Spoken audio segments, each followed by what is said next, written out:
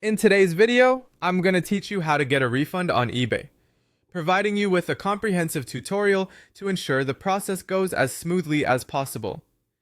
First things first, you'll need to log into your eBay account. To do this, open your browser and head over to www.ebay.com.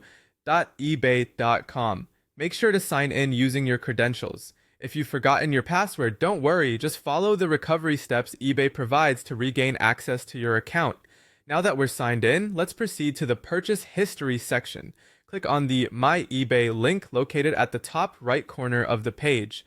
From there, select Purchase History from the drop-down menu. This is where you'll find a list of all your recent orders. Navigate through this list to locate the specific order for which you require a refund. Once you've found the item in question, you'll want to move on to the next step, which involves either starting a return or initiating a refund request.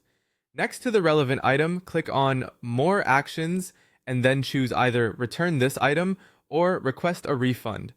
Selecting the appropriate option generally depends on the reason behind your return, which brings us to our next point, selecting a reason. Be sure to pick the one that best describes your situation, whether it's an item that didn't match the description, a defective product, or a package that never arrived. In some scenarios, it's a good idea to consider reaching out directly to the seller. This can often resolve the problem quickly, as many sellers are keen to maintain positive ratings. eBay usually offers the option to message the seller directly, allowing you to communicate any issues you have with your order.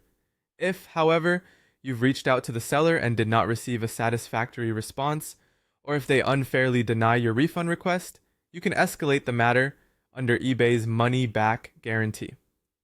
This is an important step that you shouldn't hesitate to take. Through this process, eBay itself will intervene, giving you additional support in getting your money back if you're eligible for their guarantee.